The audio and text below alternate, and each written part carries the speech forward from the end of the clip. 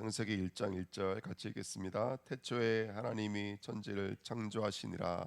아멘. 우리 어저께 강단 말씀을 통해서 하나님은 우리 안에 에서와 야곱이라고 하는 들사람과 안사람을 주시고 우리를 들사람에서 안사람으로 만들어가는 복음의 여정이 있다고 말씀 나눴습니다. 그러면 그 복음의 여정은 무엇으로 이루어지냐면 이 말씀으로 이루어지죠. 그래서 우리가 말씀을 붙잡아야 됩니다. 하나님의 말씀이신 그 피 흘리신 예수 그리스도, 이게 하나님의 말씀이죠. 그러니까 죽었다가 살아나신 그 예수 그리스도를 마음으로 믿고 입으로 신해서 구원에 이르는 것이거든요. 그러니까 우리가 신앙생활에 있어서 가장 중요한 건 뭐냐면 말씀을 담는 것인데 그 말씀의 흐름 속에 들어가는 것입니다. 우리 사역자분들도, 우리 전사님들도 설교를 하실 때에도 훌륭한 설교도 많이 있지만, 대단한 설교도 많이 있지만, 가장 중요한 건 뭐냐면 성도들이 붙잡아야 될 그 강단의 흐름, 말씀을 정리해 주는 게 가장 중요한 거거든요. 그러니까 온 교회가 말씀 흐름 속으로 들어가야 됩니다. 그 남성교, 여성교, 기관도 부서도 말씀의 흐름 속에 들어갈 수 있는 어떤 기관과 부서가 될 수 있도록 기도해야 되고요. 우리 랩런트들도 어떻게 하면 이 말씀의 흐름 속에서 하나님의 은혜를 함께 누릴 수 있을지, 이걸 같이 고민하고 점검하는 게 기관과 부서가 아닌가 생각이 듭니다. 자, 오늘 말씀의 본질과 흐름입니다. 자, 서론에 보시면 인간의 근본 문제와 상태를 보시면, 여러분 첫 번째, 성경은 분명히 말하고 있습니다. 에덴 사건이 있다고 말하고 있어요. 창세기 3장에 뱀에게 속아서 너가 하나님처럼 될 수 있어, 보암질 먹음질 탄스런지게 돼서 선악과를 따먹으로 말미암아 인간에게 범죄가 들어와서 그 문제를 해결하려고 무화과 나뭇잎을 두르고 두려움 속에 숨게 되고 가시덤불 엉겅퀴가 될 수밖에 없는 흙의 삶으로 돌아간 게 에덴 사건 아닙니까? 여러분 보여지십니까? 지금 이게 지금도 뱀이 너를 하나님처럼 될 수가 있어 라고 속이고 있고, 보암질 먹음질 탐스러운지 역사하고 있는 그 사단의 십자가 보여져야 돼요. 그래서 정말로 무화과 나뭇잎을 두르게 만들고, 아무 능력 없는 옷이잖아요. 그렇죠? 의가 없는 옷이잖아요. 더러운 옷이잖아요. 그 이 옷을 입게 만들고 두려움 속에 숨게 만들고 열심히 일했는데 가시덤불 엉겅퀴의 삶이라니까요. 이게 보여져야 돼요. 지금도 네피림의 시대, 창세기 6장의 시대는 오고 있습니다. 네피림은 나팔이라는 나라에서 왔다 그랬죠. 떨어지다. 누가 떨어진 거예요? 사탄이 떨어진 거예요, 여러분들. 사탄이 떨어져서 이 땅의 사람들이 에서처럼 사냥꾼, 영웅의 모습으로 살고 있고 레전드의 모습으로 살아가고 있는데 누구만 없는 거예요? 하나님의 영이 그들 속에 없는 거예요. 그들이 특별히 결혼할 때 먹고 마시고 장가들고 시집가고 경매, 사람들이 장사할 때 그들 속에 누가 없는 거예요? 하나님이 없고, 누구들이 좋아하는 대로 움직이냐면 자기들이 좋아하는 대로 움직이고 있는 거예요. 하나님의 영이 그들과 함께하지 않습니다. 그래서 하나님께서 사람 지으심을 한탄하였어요. 홍수로 심판하였습니다. 이게 바로 네피림 시대입니다. 이게 보여져야 돼요. 세 번째, 바벨탑 창세기 11장에 보여져야 돼요. 하나님을 대적했던 용감한 사냥꾼 니므롯, 원어에는 하나님을 대적한 사냥꾼 니므롯이라고 돼 있죠. 예, 그렇죠? 니므롯의 뜻이 용사입니다, 여러분들. 창세기 6장, 창세기 11장, 창세기 3장 똑같은 말들이에요. 그렇죠? 그래서 서로 말하되 탑 꼭대기를 하나님에 닿게 하여 우리 이름을 내자. 그리고 어떻게든지 흩어지면 하자. 그러니까 징계 위에, 진노 위에 쓰겠다라는 거죠. 하나님 위에 쓰겠다라는 거죠. 그러니까 사단이 계속해서 이렇게 우리를 정말로 우리의 주체성을 가지고 우리 기준대로 살게 만드는 것, 이게 바로 창세기 3장, 6장, 11장입니다. 이게 이제 우리 삶 속에 종교로, 이념으로, 사고 속에 들어오기 시작하죠. 경제 속에, 정치 속에 이 사단 마귀가 들어와서 지금도 에덴 사건, 바벨탑 사건, 네피림 사건으로 지금도 역사하고 있는 거예요.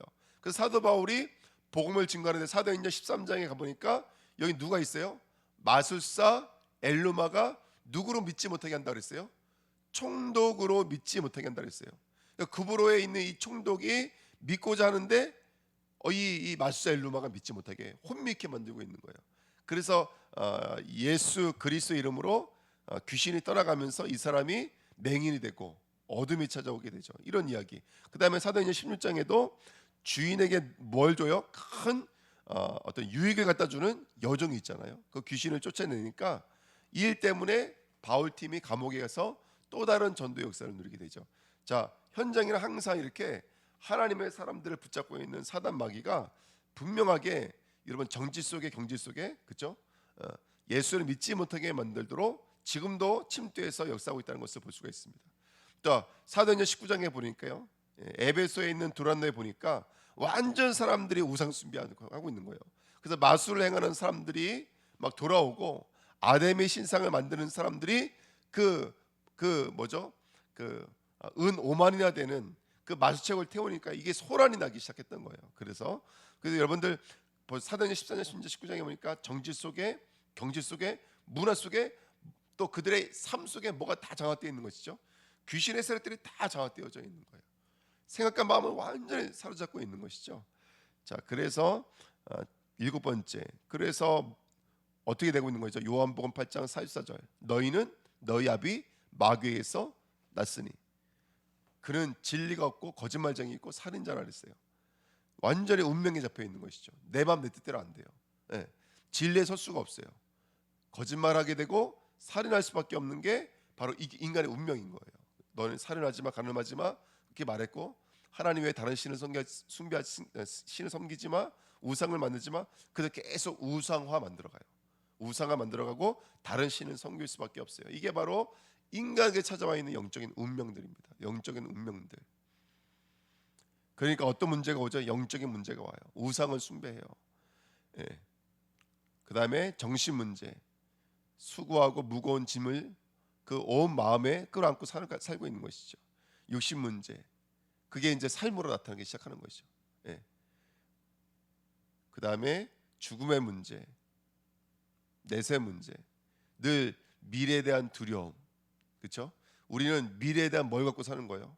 꿈, 비전, 드림을 갖고 사는 거예요. 하나님이 역사하실 것을 오늘로 우리는 잡아당기는 사람들이에요.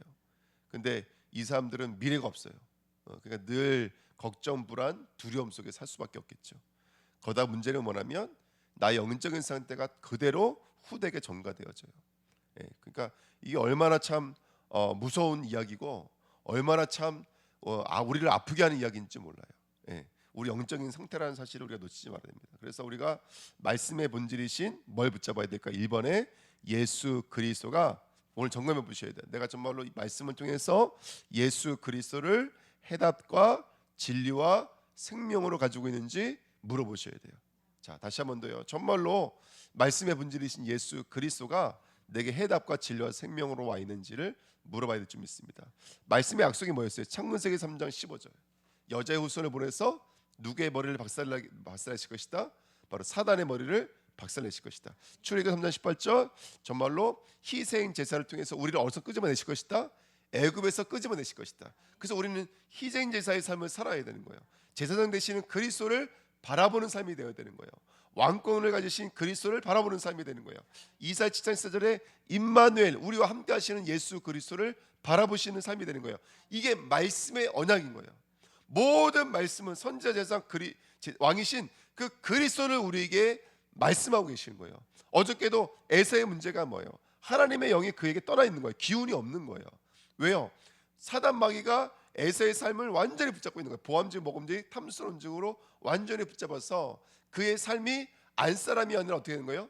임마누엘의 반대편인 들사람의 삶을 살게 만드는 거예요. 이게 인간의 문제예요. 이 문제를 위해서 지금 에서에게 뭘 가르치고 있는 거예요? 에돔, 피 흘려야 돼. 누가 피 흘려야 돼? 장자이신 분이 내려오셔서 피를 흘리셔야 돼. 어제 이렇게 복음을 나눴잖아요. 그러니까 성경은 정확한 피해 보고 말하고 있는 거예요. 십자가 지신 예수 그리스도, 그 예수가 사단의 권세를 십자가에서, 발꿈치가 십자가 아닙니까? 십자가에서 사단의 권세를 무찌르셨고, 십자가에서 우리를 애굽에서 이끌어 주셨고, 십자가에서 영원한 임마누엘의 길을 염소와 송아지 피로 안 하시고 당신의 피로 단번에 이루신 줄 믿습니다. 예. 그리고 말씀 성취죠. 마태복음 1장 21절에 그분이 오셨어요. 누구의 이름이? 예수예요. 그 예수의 이름의 뜻이 그들이 죄에서, 백성을 그들의 죄에서 구원할 자, 이게 예수의 뜻이에요. 또 다른 이름이 있었어요. 임마누엘, 하나님이 우리와 함께 하시겠다라는 거예요. 그리고 마태복음 2장 6절에 보니까 미가서에 약속되어져 있던 한 다스리는 자가 오셨어요. 그분이 왕이신 그리스도이신 줄 믿습니다. 그렇죠? 그분이 요한복음 19장 30절에 예수께서 심포도주를 받으신 후에 이르시되 다 뭐라고요? 이루었다. 십자가에서 두 번째 다 이루었다는 뜻이죠. 첫 번째는 창조, 안식일 날 예표된 이 다 이루었다이고, 실제적으로 다 이루신 사건은 바로 십자가에서 이 일들을 다 이루신 줄 믿습니다. 세 번째, 이 예수를 어떻게 하면 됩니까? 어저께도 말씀 나눴던 것처럼 여러분, 될 사람이 안으로 들어와야 돼요. 우리는 여기 안에는 처음부터 이걸 만들어낼 수 있는, 의를 만들어낼 수 있는, 죄에서 끄집어 나오고 사탄을 이길 수 있는 힘과 능력이 내 안에는 없어요, 여러분들. 그래서 바깥에서 안으로 들어와야 돼요. 그 영접이라고 하는 거예요. 내 안에 들어오셔야 돼요, 그분이. 인격자가 내 안에 실제로 들어오셔야 돼요. 우리가 기도해서 생성해내는 게 아니에요. 고행과 수행과 수련을 통해서 내가 생성해내는 게 아니라 그분의 인격자가 내 안에 들어오시는 거예요. 네. 그럼 지금 우리가 정말로 기도하고 예배드린 건 뭐예요? 그분으로 충만하고 그분으로 정말로 우리가 깨닫기 위함인 줄 믿습니다. 영접하는 자, 그 이름을 믿는 자들에게는 하나님의 자녀가 되는 권세를 주셨어요. 볼지어다 내가 문 밖에 서서 문을 두드리노니 누구든지 내 음성을 듣고 문을 열며 내가 그에게로 들어가 그와 더불어 먹고 그는 나와 더불어 먹으리라. 만일 내가 내 입으로 예수를 주로 시인하며 또 하나님께서 그를 죽은 자 가운데서 살리신 것을 내 마음에 믿으면 구원을 받으리라. 사람이 마음으로 믿어 의에 이르고 입으로 시인하여 구원에 이르니라. 믿음은 들으면서 나며 들으면 그리스도의 말씀으로 말미암은 줄 믿습니다. 네. 자, 근데 중요한 건 뭐냐면 요게 놓치면 안 돼요. 믿음을 주시는 그 하나님, 믿음을 주시는 그 모든 역사는 누구의 은혜일까요? 하나님의 은혜예요. 말씀 자체는 하나님의 은혜예요. 예. 말씀은 하나님의 은혜에서 격발된 거예요. 오늘 말씀을 붙잡을 때 이렇게 생각하시면 돼요. 이 말씀 속에 하나님의 은혜가 있고 이 말씀은 그래서 성취될 수밖에 없는 힘이 있고 이 말씀은 내 삶을 움직일 것이고 우리를 인도하실 것이고 어저께 우리 2부 예배 때 그 아프고 고통스러운 온몸의 살을 벗겨내는 그렇죠. 세상을 채우는 그런 고통 속에서도 아이가 웃음을 잊지 않았고 전도자의 삶을 살았던 것처럼 정말 우리가 말씀이 들어오면 저와 여러분들의 삶을 하나님은 개혁해 나가시는 줄 믿습니다. 로마서 10장 5절 8절 꼭 한번 읽어보십시오. 만약에 너희가 말씀이 저기 위에 있다면 올라가야 되잖아요. 말씀이 저기 무정행 밑에 있으면 내려가야 되잖아요. 아니라는 거예요. 말씀이 내게 가까워 내 입에 있으며 내 마음에 있다 하였으니 곧 우리가 전파하는 믿음의 말씀이니라. 말씀이 멀리 있는 게 아니에요. 우리 안에 있는 거예요. 그러므로 믿음은 들으면서 나며 들으면 그리스도의 말씀으로 말미암았어요. 그래서 믿음으로 말미암아 구원에 이르는 도를 주신 거예요. 우리가 행할 수 있는 능력이 없다라는 것을 인정하는 게 믿음이잖아요. 그렇죠? 내가 절대 불가능이라는 것을 인정하는 게 믿음이잖아요. 그러니까 전적으로 그분에게 의지하는 거예요.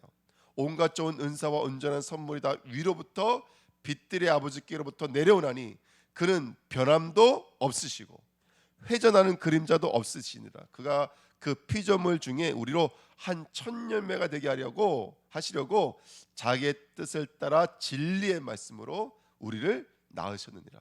네. 오늘도 이 진리의 말씀으로 우리를 낳고 계신 줄 믿습니다. 그럼 이 말씀이 어디에 새겨져야 되냐면 하박국서 2장 1절부터 3절에 있는 말씀인데요. 신비에 다시 말하면 우리 마음판에 이제는 새겨져야 될 줄 믿습니다. 애굽에서는 나왔을 때는 돌에 새겼지만 그렇죠? 이제는 우리 마음에 새겨야 돼요.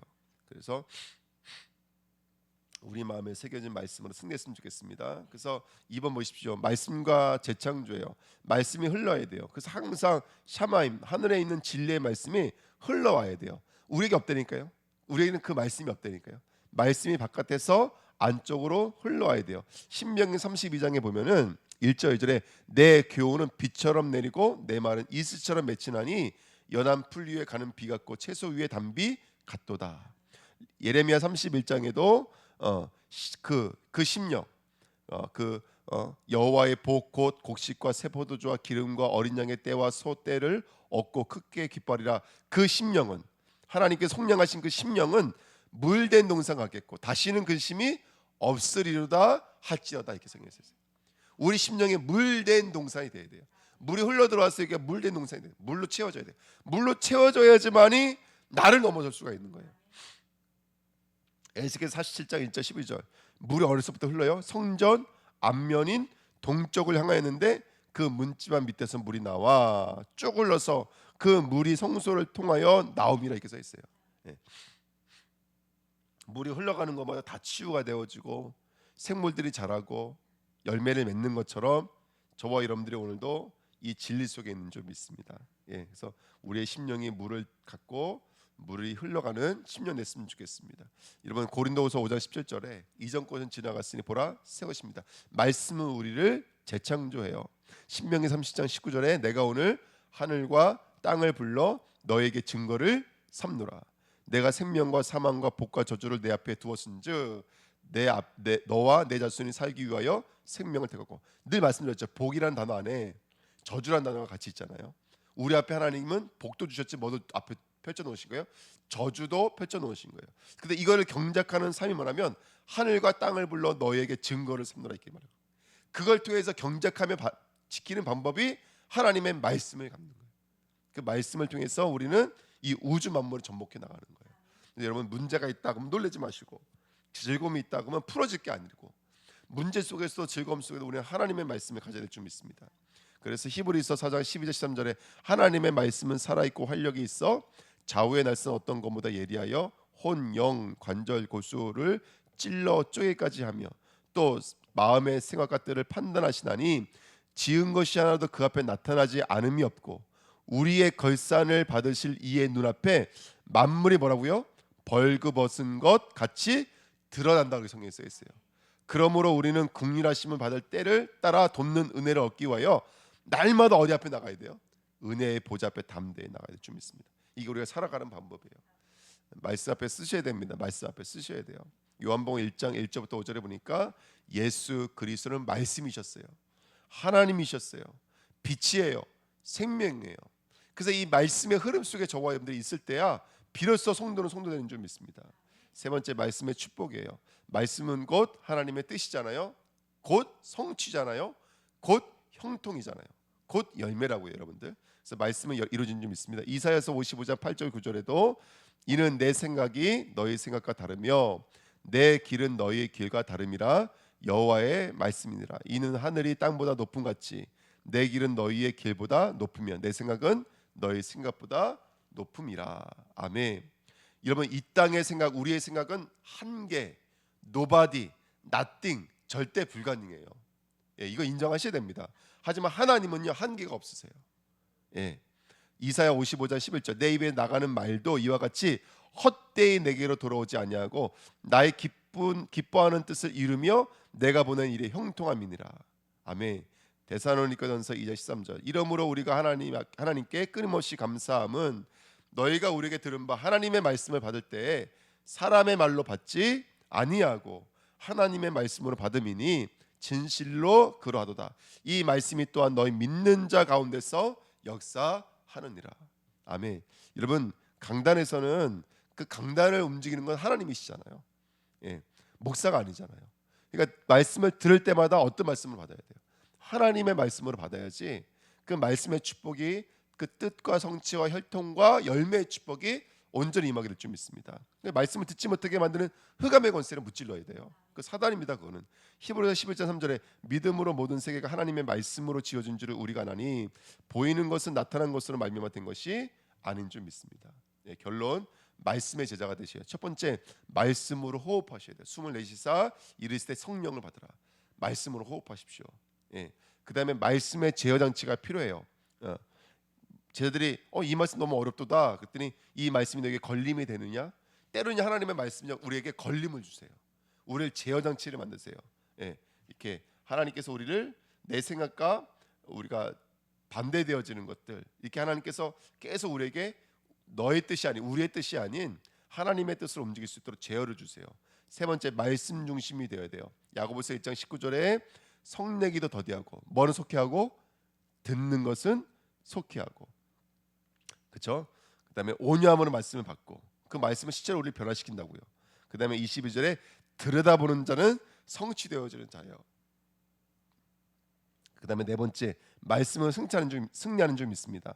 요한복음 1장 15절에 빛이 어둠에 비치되 어둠이 깨닫지 못하더라라는 말이 원래는 어둠이 이기지 못하더라 이 말이거든요. 빛이 임하면 말씀의 빛이 임하면 어둠은 떠나가는 줄 믿습니다. 말씀의 제자가 되시길 축원드립니다.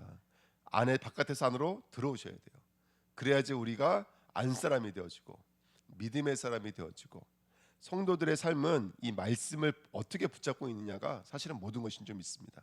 말씀을 붙잡으셔야 돼요. 그래서 오늘 하루도 믿음으로 승리하시기를 축원드립니다. 기도하겠습니다. 하나님, 말씀의 제자가 되어지기를 원합니다.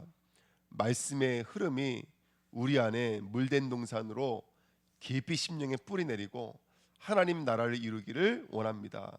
이 말씀에 인도받게 하시고 이 말씀 성취에 이르게 하시며 이 말씀의 열매를 맺는 자리까지 오늘도 우리 심령과 마음속에 임하실 그 피의 복음 예수 그리스도를 찬양하오니 우리에게 역사하여 주옵소서. 우리를 인도하여 주옵소서. 우리를 통해서 하나님 가는 곳곳마다 하나님의 나라가 이루어지도록 특별히 이 말씀 붙잡고 전도자의 삶, 오늘의 말씀, 오늘의 기도, 오늘의 전도 속으로 들어가도록 나의 삶을 축복하여 주옵소서. 나의 인생이 플랫폼 망대 안테나가 되게 하시고 금토의 시대를 열게 하시며 우리의 삶을 치유하도록 하나님 역사하여 주옵소서. 감사드리며 예수 그리스도의 이름으로 기도하옵나이다. 아멘.